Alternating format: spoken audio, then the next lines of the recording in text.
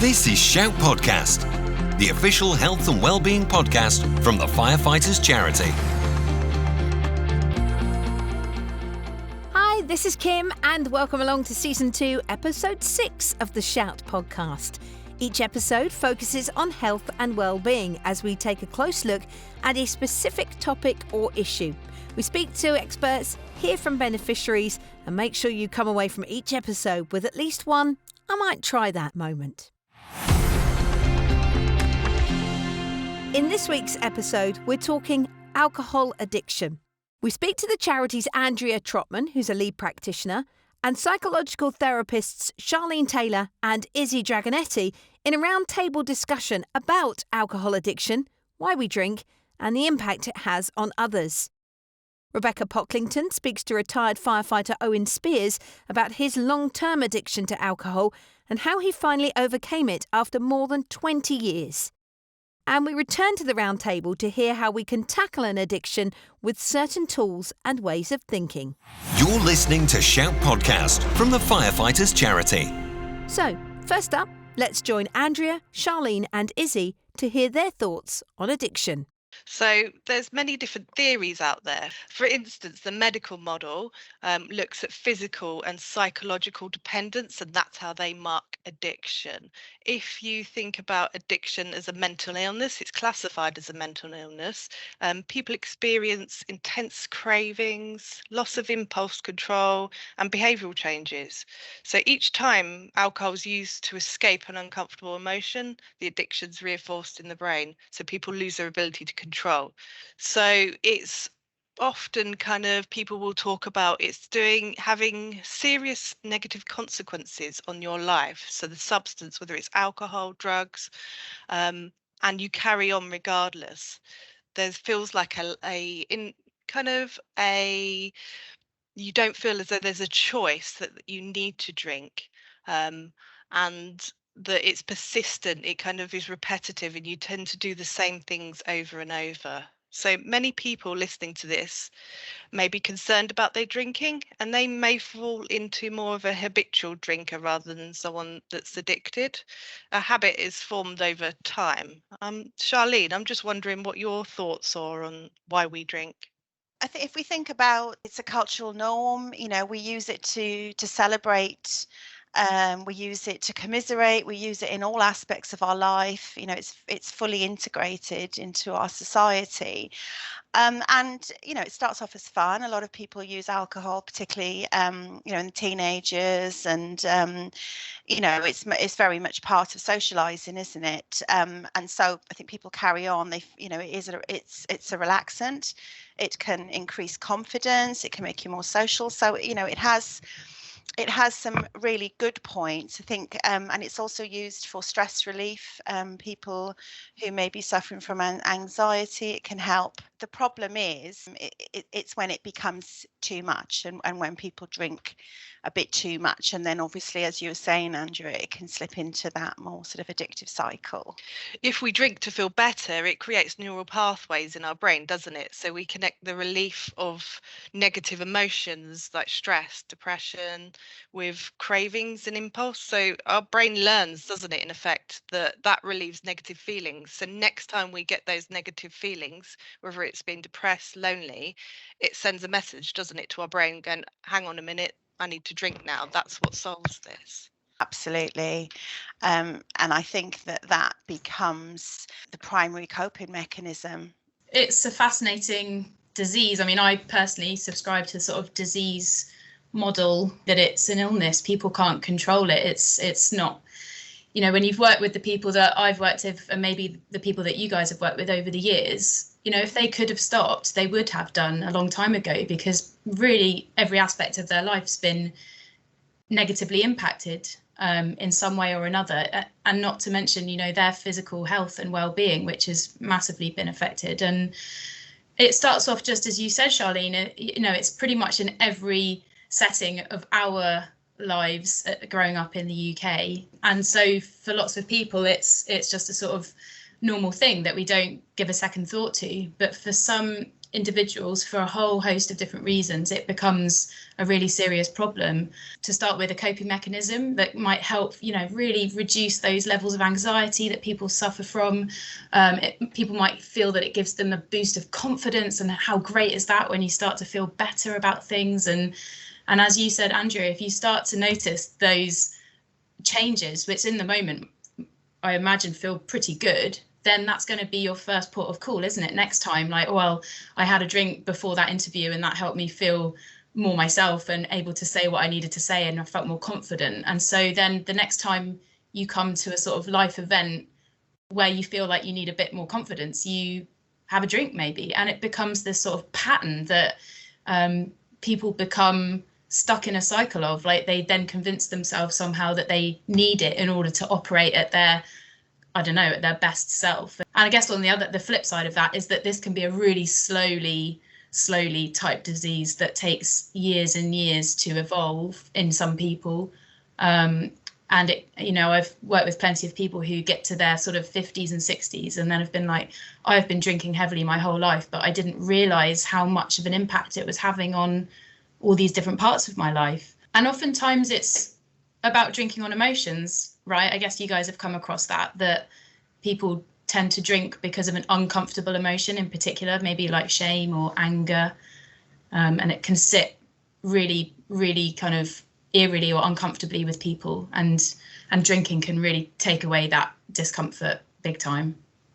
I think loneliness is one that I found a lot of people would drink to manage, because actually when you have a drink, it can feel like that you have company. You don't feel so alone. You start talking at the telly and feeling like you've got company. You haven't, but actually it eases that loneliness for some people, I think.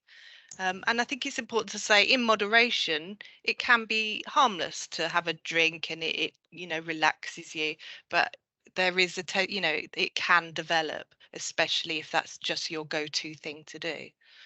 Well, that's it. I mean, the amount of times I've heard someone talk about how their drink become their best friend gradually, and it's like the one thing that's there in their life, which is ultimately becomes kind of sad, I think, and people realize that. But initially, it works. It's a natural anesthetic, isn't it? It takes away discomfort, it takes away pain. The amount of people that probably go home at the end of a stressful day and the first thing they do is go to the fridge and get a glass of wine or have a beer, like, it's extremely common because it does what you want it to do. The impact that it starts to have when that becomes your default and it starts to increase, and I mean, it has a pretty big impact on the other people in your life eventually if you start to drink sort of in a way that's addicted drinking. I agree with you, Izzy, on that. I think that over time, drinking the same level over time obviously increases tolerance for that amount, and so we find that we're having to drink more than what we would have normally drank in order to get the same effect. Quite a slow process, and so it might be that others see that more than ourselves, and so drinking more, the impact it have on others, for example, can be that our behavior might change, that we may become more unreliable, that we may not do the things that we plan to do because we drank a little bit too much, or we'd spent the money that we're supposed to spend on something else, on alcohol. Some behavioural traits of excessive drinking can be anger, poor impulse control, poor sleep, conflicts at home. It lowers inhibition, so people might say things they otherwise wouldn't. And it is a depressant, so ultimately it will have an impact as well on your relationship. Physical health, we could talk probably for hours. I'll just talk about a couple of areas, and do feel free to chip in. So alcohol affects all of the body systems and is damaging. I don't think it has any positive effects on our physiological health. So one of the things that it impacts on is our blood pressure and cholesterol. So it's one of the most common health problems is high blood pressure, just from drinking over the recommended 14 units a week on a regular occasion. So both of those are major risk factors in heart attacks and strokes. So that's something to be mindful of if you're drinking over the 14 for long periods of time. Another thing which I think is quite relevant at the minute is it puts stress on our immune system. And also, a nurse I was speaking to the other day who works in alcohol, she specialises, she was saying that it can cause more severe cases of chest infections. They're more prevalent for people that drink. But also something that I noticed a few times when I worked in a rehab, that people would come in with skin conditions such as psoriasis. So alcohol makes you release your stress hormones, and these conditions are triggered by stress a lot of the time. So they affect the immune system, and then it's really hard to go into remission for disorders like that. The other thing that I did find interesting when I was in a talk in one of my old jobs, somebody was delivering that the stomach is basically, it regenerates, and alcohol is an irritant, so it causes something called gastritis, which is inflammation of the stomach. So you might get acid reflux, the stomach lining's kind of not able to regenerate as well as it normally would. We could get kind of ulcers and things like that. So people that drink regularly may have like peptic ulcers and things like that. So it just kind of irritates everywhere it goes. And yeah, it kind of goes down to the gut wall as well and irritates that, which then kind of has knock-on effects on other things, like causing inflammation in your pancreas, which can then stop you producing insulin in the same way. So some people can result in having diabetes from drinking longer term. Just even generally, if you think about on a night out, and then the next day everything aches, you feel horrible, that's because of inflammation in your body is kind of just exacerbating anything that's already there and just inflaming everything. The mental health side of things is separate but connected, isn't it? That if you're feeling low, if your sleep's affected, if you've got loads of physical health conditions as a result of your drinking, then your mental health is likely to be affected as well. So people with, severe depression and anxiety, maybe instances where people suffer from sort of obsessive compulsive disorders. And oftentimes, in my experience, people had perhaps been misdiagnosed with personality disorders. And actually, once they were able to get abstinent and stay abstinent, it became apparent that really it was their behaviour when intoxicated that the psychiatrist or whoever might have seen.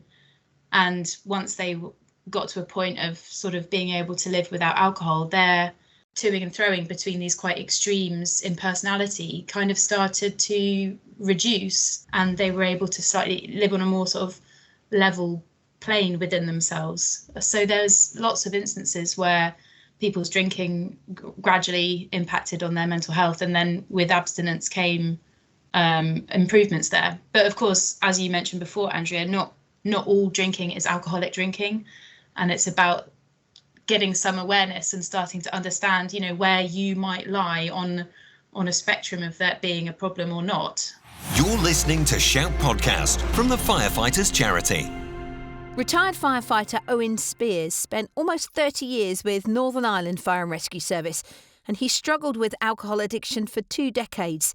It began following his father's death when he was 18 and escalated quickly from there. Rebecca Pocklington has been catching up on his story. You've struggled with alcohol from quite a young age. Could you just tell me a little bit about how that developed into an addiction? I had my first alcoholic drink when I was 18, and I noticed that what alcohol was doing to me was different than normal people, and if that makes sense. I first time I spoke to somebody about my drinking and my thinking was I was 22 years old, and I knew I had a bit of an issue, and that just escalated the whole way through. It just escalated, and it took me until I was 42 until I actually managed to stop drinking. So I've had a struggle with it for 24 years, basically. You mentioned then that you knew that your drinking was a bit different to other people's. What kind of signs were there in those first few years that you thought it was becoming an addiction and it was becoming unhealthy? Well, it was basically the fact that everybody else seemed to be having a couple of drinks, and that would have done them. The problem I seemed to have was when I was drinking, I found it difficult to sort of stop drinking, as in, leaving and going home at the normal time, the way most people would have done. And I kept wanting to chase this feeling, this lovely feeling that alcohol used to do to my system, which took away all my fears and stuff like that. But I knew then that that was an issue, that wasn't normal, and I knew I had to speak to somebody. Quite early on into your 20s, you did join the fire service. How did you manage your drinking with your work in those times? It was very difficult, very, very difficult. The thing about the fire service, the shift pattern worked very well for somebody who wanted to drink for 4 days when you had your 4 days off. I know for a fact that there's times that I would have went into work where I mentally wouldn't have been right, but I got the help in work. Then it was called the Benevolent Fund, and the Fire Service Benevolent Fund, and I would have been speaking to the officers who would have dealt with that, and we would have been doing counselling and things like that. But I struggled, but I would have classed myself as what is called a functioning alcoholic. And but I have to say that I function much better now without alcohol. What was it that finally pushed you to make a change? Well, basically, I've had a lot of mental health issues, and I had been in contact with a community addiction team just before, before in my 40s, whatever. But it was around about when I was 42 when they actually found and said to me that my liver was starting to work hard because of the amount of alcohol that I had been consuming. And basically what happened, they told me that I needed to stop drinking for 6 weeks, and they could do a liver function test and find out what damage has been done, if any, to my liver. And I managed to stop drinking for the 6 weeks, and then I knew that my liver, I was very lucky, that was a warning sign to me. That was the point where I realised I needed to change my life. What would be your sort of final message now to people who are perhaps just in the early stages of addiction? They maybe don't realise that they are addicted to something. The warning signs for me, if you were sitting in the house on your own and you were drinking quite a lot and you were saying to yourself, I might have a problem. When you're doing that, you generally do have a problem. And it's at that point that you need to speak to someone. You need to speak to anyone from the, in the firefighters charity, or if one of your colleagues in work are close to you, you can speak to them. But there's a confidential telephone line that when you're phoning the firefighters charity, and they will point you in the right direction very quick. But it's don't try to do it yourself. This is where you have to be really brave. We're brave every day when we're fighting fires and rescuing people and on all that stuff that happens in the fire service on a daily basis. But one of the biggest decisions you'll ever make in your life is asking for help and putting your hand up and saying, I'm not a super person here. I'm a human being and I need help. We all need help. We can't do it on our own. Well, thank you so much, Owen, for sharing it with us. It's incredible to hear your journey and how well you've done. You're very welcome. It's been a pleasure. You're listening to Shout Podcast from the Firefighters Charity.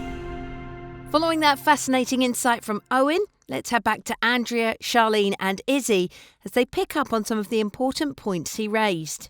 Where Owen mentioned he always drank differently, this made me recall working in the rehab, because often people would say their relationship with alcohol was always different. And I think when you're in your late teens, 20s, you maybe don't notice, but then you can maybe get left behind because other people are doing things that don't orientate around alcohol. They're kind of having relationships, children, promotions, and maybe you are still having those things, but your drinking still is similar to when you were in your late teens, early 20s. I don't know what your thoughts are on that. I had exactly the same kind of reaction to that when Owen spoke about initially, that first drink at the age of 18, and then from around his early 20s, I think he spoke about just feeling like his relationship with alcohol was just kind of different to the people around him. And that, yeah, absolutely was one of the things that was really common in the people that I've worked with in addiction before. And again, just as you said, Andrea, other things become more important to other people. But for someone who's maybe suffering from alcoholism, alcohol is the most important thing. It's such a tough disease because of that. And it's so hard for people to stop as well. I think it's really important. I was thinking about when we were preparing for this, that in the place that I worked at previously, we would talk a lot about how relapse is a part of, suffering from alcoholism. It's like part of the journey, and there might be lots of attempts to try and get help or try and curtail or slow down drinking, and it might work for a bit and then it gets worse again. And they talk about alcoholism being a progressive disease that, if it gets worse and worse and worse, really, until you're able to find a way to manage it, whether that's reducing or stopping completely. Owen also mentions being a functioning alcoholic. And often people feel their drinking isn't too problematic because they still go to work. And I found that a lot. People would be like, well, I still do everything, so it's okay. And I would often ask, well, let's say, for instance, you lost your job and something, something happened in your life. Would you drink every day? And they're like, oh, well, possibly. Yeah, probably. I've seen this obviously, and particularly even within the charity, firefighters that have had the structure, the work, the retired firefighters, and then, they can have a drink at lunchtime in the pub and have, with their meal, and and I think that's when it starts. And I think what Andrea was saying earlier about loneliness, because alcohol becomes your trusted friend, doesn't it? That bottle becomes everything that you project onto it. I was thinking about the acronym that's used a lot in 12-step programs called HALT, which is hungry, angry, lonely, tired. Do not drink on any of these. One of the other AA things, Charlene, you mentioned HALT, which is a really good one, but also a really powerful thing to think about is just for today. Just for today, I'll put it off. I won't have a drink today. And they talk about just one day at a time, and that's all it can be. You can't, if you think about 3 months time or a year's time, it's like it's too big a mountain to climb, too much pressure. Whereas if you bring it to the day, and if sometimes you need to, like into the hour, as you said, Andrea, because those cravings can pass if you give them time to pass. Whereas if you act on it very quickly, it's, that hard work is kind of undone in that moment, and it needn't be. I guess it leads us neatly on in a way to the resources that we've got available as a charity. We've got a whole bunch of resources available on our website. We did a live webinar earlier in the year on alcohol and the impacts that it can have, but also we do have the counselling service as well here, so it is an option. People can get in touch to see if, and we'll do an assessment, and we can see if it's something that might be suitable, and that can go quite a long way sometimes. Sometimes it's just the first step in a much longer journey. We can work with individuals who may be binge drinking, but it's going to be down to individual need and assessment. But we certainly have the skills to work with people that have abstained and are now looking to work and explore the underlying issues. I think a bit like Owen said, he came to the charity because he just needed a bit of relapse prevention work, and that's what he engaged in with the charity. So not necessarily if you're drinking problematically, you probably need specialist alcohol support from a service locally to you. If you feel concerned about your relationship with alcohol, you should consider contacting your GP. You're listening to Shout Podcast from the Firefighters Charity. If anything in today's podcast episode has affected you, you can head to the alcohol section on the health and awareness page of our website. There you'll also find a recording of our webinar, and of course there are links in the show notes. firefighterscharity.org.uk/shout podcast to find out more.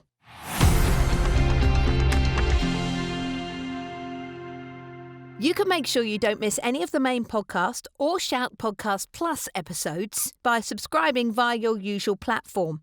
In the next episode, in a fortnight's time, we're talking about the importance of caring, the different types of carers and circumstances people find themselves in. We'll be speaking to welfare lead Carrie Pearce and Kath Savage around the many forms of support. We speak to a beneficiary who'll be reflecting on their journey as a carer, and of course, we'll be letting you know how the charity can help. Until then, take care. Shout Podcast. Please subscribe and review us wherever you get your podcasts, and check out firefighterscharity.org.uk to find out how the Firefighters Charity could support you.